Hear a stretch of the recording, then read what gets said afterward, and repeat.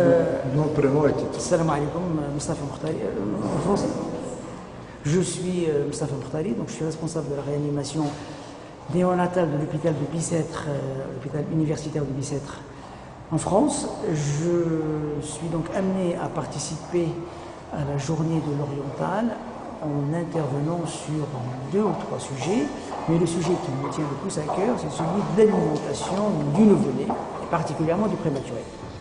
Il faut savoir que l'alimentation du prématuré est basée sur 2 éléments qui sont l'alimentation à la fois orale, qu'il faut bien sûr privilégier dès la naissance, et puis il y a l'alimentation parentérale, qui complète chez la plupart des prématurés l'alimentation orale. Cette alimentation orale doit être la plus adaptée au prématuré. Il faut savoir qu'il n'y a pas mieux que le lait de sa propre mère, parce que le lait de sa propre mère, il est adapté à la fois à sa composition, à son poids, à son âge gestationnel. Malheureusement, il y a certaines situations où l'enfant prématuré est très malade, il ne peut pas boire le lait de sa mère, on sera obligé de passer par une alimentation parentérale qui doit être faite de préférentiellement sur un cathéter central. Quand on n'a pas la possibilité de mettre cette alimentation sur le cathéter central, on peut la faire passer sur une perfusion périphérique. L'alimentation parentérale doit prendre en considération les besoins de l'enfant, à la fois au niveau du sucre, c'est-à-dire du glucose. Les besoins sont assez importants, de l'ordre de 7 à 8 grammes dès la naissance, qu'il va falloir augmenter progressivement pour arriver à 14-15 grammes à la fin de la première semaine de vie. Les apports protéiques doivent être initiés dès la naissance, sur la base d'au moins 1 gramme par kilogramme, qui est le strict minimum pour maintenir un bilan azoté nul. Et il va falloir bien sûr arriver rapidement à un bilan azoté positif en apportant 3,5 à 4 grammes par kilo par jour dès la fin de la première semaine. Et bien sûr les apports lipidiques sous forme de lipides par voie parentérale dès la naissance, au plus tard après 24 heures de vie, une fois qu'on a éliminé les quelques contre-indications qui sont toutes relatives d'ailleurs, et il faut rapidement arriver à 4 grammes kilo-jour. Un prématuré doit gagner à peu près 15 grammes par kilogramme et par jour, avec une alimentation bien suivie, basée bien sûr sur le poids, sur la surveillance de la glycémie et sur la surveillance du périmètre crânien. Un prématuré doit prendre 1 cm de périmètre crânien par semaine, de façon progressive. En somme, elle consiste à prévenir la dénutrition, oui, et à favoriser la croissance. Exact. Cette alimentation, bien sûr, elle doit d'abord lutter contre la dénutrition pour éviter le retard de croissance extra-utérin, et elle doit favoriser la croissance de l'enfant, particulièrement au niveau neurosensoriel. En ce qui concerne l'alimentation orale, il faut savoir que, comme je l'ai dit, le mieux c'est le lait de sa propre mère. Quand on n'arrive pas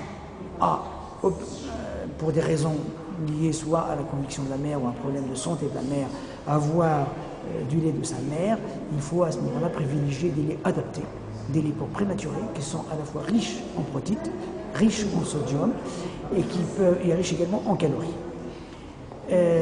Ces laits sont actuellement de plus en plus adaptés, enrichis en acides gras polyinsaturés, qui a également un effet extrêmement positif sur le développement neurosensoriel de l'enfant et sur le développement cognitif.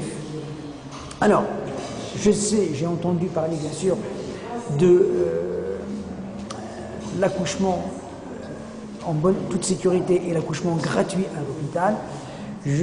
Moi, je ne travaille pas au Maroc, je ne suis pas certain que la gratuité de l'accouchement est un élément particulièrement positif si on n'a pas les moyens. Donc, qu'est-ce qu'il nous faut exactement dans notre secteur, dans la santé publique au Maroc? Quels sont les déficits, les défaillances de cette gratuité de l'accouchement? Je pense qu'avant d'arriver à l'accouchement qui doit être gratuit, il faut également faire la gratuité de la grossesse. Parce que la grossesse, ce n'est pas uniquement un accouchement. La grossesse, c'est 9 mois de grossesse. Il y a des visites. Il y a la visite du premier trimestre, la visite du deuxième trimestre, la visite du troisième trimestre. Il y a des échographies. Il y a donc, au moins 3 échographies. Une surveillance continue.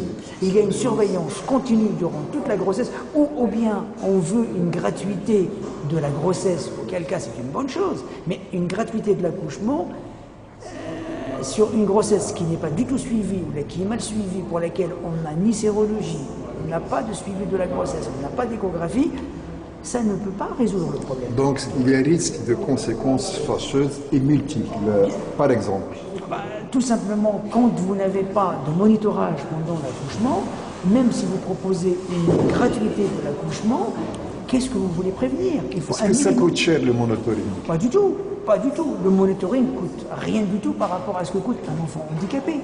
Ça coûte rien du tout le monitoring. C'est le monitoring, même le suivi de la grossesse par rapport à un enfant handicapé ne coûte pas grand-chose. Il suffit, il faut savoir ce qu'on veut. Ou on veut un accouchement gratuit, ou bien on veut une grossesse bien suivie. Si on veut une grossesse bien suivie, il ne faut probablement pas la rendre complètement gratuite. Il faut une participation symbolique, substantielle, mais symbolique de toute femme enceinte. Au cas où la femme ne serait pas suivie, il n'y aurait pas une surveillance continue. Et au cas où l'accouchement se déroulerait dans des conditions défavorables, quelles conséquences on pourrait avoir et pour la mère et pour le nouveau-né? Malheureusement, le Par pire, la mortalité, bien sûr. malheureusement, le pire, c'est la mortalité de la mère ou du nouveau-né. Ou les deux. Les deux. Mais le plus souvent, c'est le nouveau-né. Il y a la morbidité. Quand l'accouchement se passe mal, vous pouvez avoir des difficultés d'extraction du bébé avec deux enfants qui peuvent développer un handicap plus ou moins important. Ils peuvent développer, bien sûr, des lésions soit respiratoires, soit neurologiques, surtout neurologiques, qui sont les plus graves. Et ça, c'est malheureusement extrêmement coûteux pour la société. Ça coûte terriblement cher de s'occuper d'un enfant handicapé qui coûtera énormément à la société, qui ne produira pas par la suite. Et c'est pour cela que, si vous voulez, moi, ma notion de la gratuité, c'est la grossesse entière. Mais c'est vrai que c'est un avantage d'avoir un accouchement gratuit à l'hôpital, à condition, bien sûr, que l'hôpital peut offrir un monitorage correct au moment de l'accouchement, des conditions correctes, avec la possibilité d'extraction en urgence s'il le faut, avec bien sûr également un environnement obstétrical et pédiatrique adapté. C'est facile de dire que c'est gratuit, mais il faut quand même qu'il y ait du monde à côté pour travailler.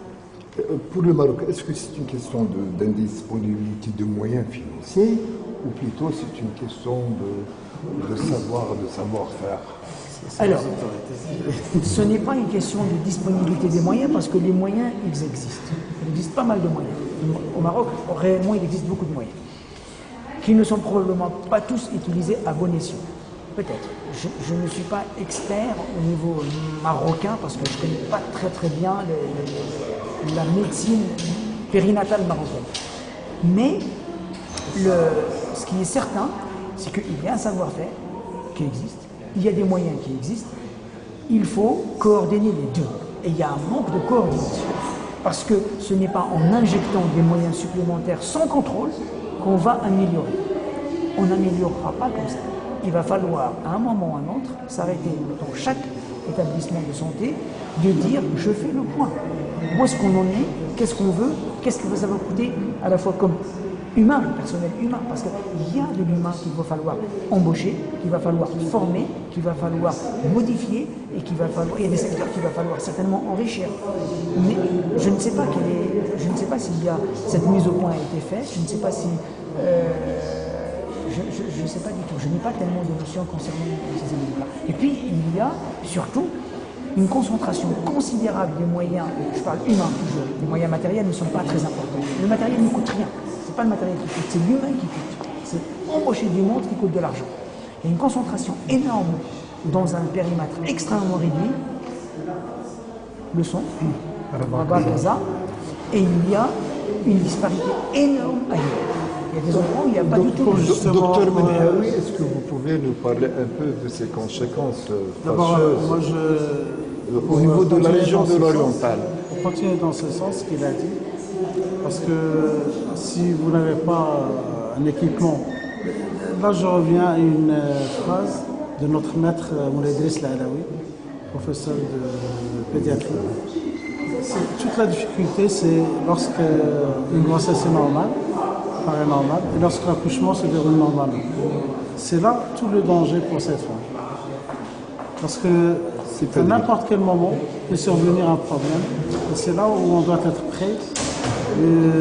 La sage-femme, l'obstétricien, le pédiatre, comment on va résoudre le problème rapidement? Parce que c'est une affaire de minutes.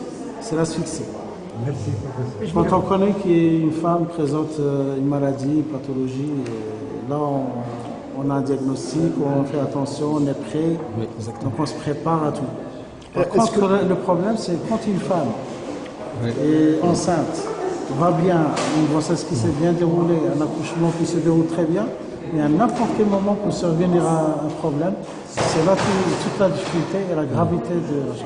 C'est à ce moment-là où la sage-femme d'abord qui affrontait la première à ce problème, l'obstétricien et les pédiatres qui sont concernés, et c'est là les décisions à prendre, les gestes, faut-il faire une césarienne rapidement, faut-il attendre un petit peu, faut-il traiter, faut-il préparer une réanimation, c'est là tout le problème. Docteur, est-ce que vous aurez une idée sur les statistiques nationales, régionales ou même ici locales à Oujda sur ces conséquences d'une mauvaise surveillance de la mère enceinte ou d'un accouchement qui se fait dans de mauvaises conditions, en termes de mortalité maternelle, infantile, en termes d'handicap, en termes de développement psychomoteur. Deux conséquences. Est-ce que vous avez une idée sur les statistiques? Est-ce que vous avez des chiffres là à avancer? Chiffres statistiques, moi je n'ai pas de chiffres statistiques, mais c'est au niveau du ministère.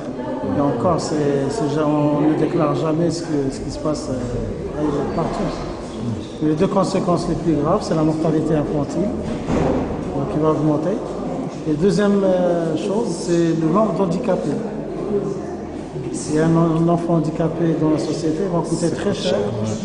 Nous avons justement dit qu'il vaut mieux avoir un monitoring qui coûte pour surveiller un accouchement, que ça coûte beaucoup moins cher que qu'on va dépenser pour un enfant handicapé toute sa vie. Donc d'où l'intérêt de... Donc là, c'est les conséquences graves, c'est l'enfant handicapé et la mortalité infantile. C'est pour cette raison que nous avons organisé ces journées. C'est dans ce sens pour justement quelles sont les solutions. Et nous avons dit, comme vous l'a dit le docteur Mouhtari, c'est bien la gratuité de l'accouchement, mais ce n'est pas suffisant. Donc la journée, c'est une sonnette d'alarme. C'est un problème qui est connu à l'échelle nationale. Donc, et nous, on parle en plus de ce qui se passe en ville. Donc, je pense que dans les campagnes, le problème se pose plus. Exactement. Il y a le problème du téléphone, il y a le problème du transport, il y a le problème du rural, c'est encore ça. Une femme qui accouche normalement, à n'importe quel moment, peut survenir un problème grave, une asphyxie. Et à ce moment-là, donc, il faut transporter une femme dans un état de la campagne à la ville. Elle peut décéder au cours du transport, elle peut décéder avant le transport, ou peut arriver, elle peut s'en sortir. Donc là, et non seulement la mortalité infantile, mais maternelle aussi. Maternelle aussi, il y a plusieurs. Maternelle et infantile. Merci docteur. Je vous remercie.